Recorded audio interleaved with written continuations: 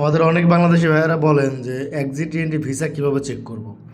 তো আপনাদেরকে সর্বপ্রথম করতে হবে গুগল ক্রোম ব্রাউজারে এসে লিখতে হবে vv.mukim.ac লেখার পরে এমন একটি ইন্টারফেস আসবে। আর চাইলে আমি লিঙ্কটি কমেন্টে দিয়ে রাখবো। আপনি লগ ইন করবেন, অর্থাৎ আগে রেজিস্ট্রেশন করে নিতে হবে। রেজিস্ট্রেশন করার পর আপনার জিমেইল একটি কোড আসবে। কোডটি আপনি এখানে দিয়ে দিবেন। যেমন আমার কোড যেটি আসছে 202655, 202655 দিয়ে আমি যদি এটা ভেরিফাইড করি, আমি ভেরিফাইডে ক্লিক করার পরে দেখতে পাচ্ছেন এমন ইন্টারফেস আসতেছে। আমরা ইংরেজি করে নিব। ইংরেজি করে নেওয়ার পরে আপনি যার ছুটিটি চেক করবেন সেটি এখানে দিবেন এবং ভিসা নাম্বার দিয়ে আমরা চেক করব। তার ভিসা নাম্বারটা এখানে দিব। আমরা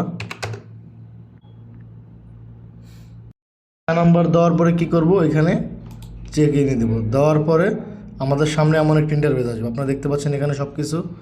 এখানে কিন্তু ইকামা নাম্বার এবং ছুটিটি এক্সপায়ার। আমাদের একটু কাছে থেকে দেখাই। এক্সপায়ার 60 দিনের ছুটি লাগানো ছিল, এটি এক্সপায়ার। এটি এই পাশে হচ্ছে আরবি ডেট, এই পাশে হচ্ছে ইংরেজি ডেট। কয় তারিখে শেষ হয়েছে?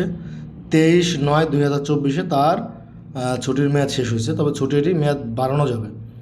আপনার কফিল চাইলে এটি ছুটির মেয়াদ বৃদ্ধি করতে পারবে সম্পূর্ণ আকারে। রসুম যে সরকারি খরচ যে রসুম, সেটি দিয়ে ছুটিটি আবারও মেয়াদ বাড়ানো যাবে।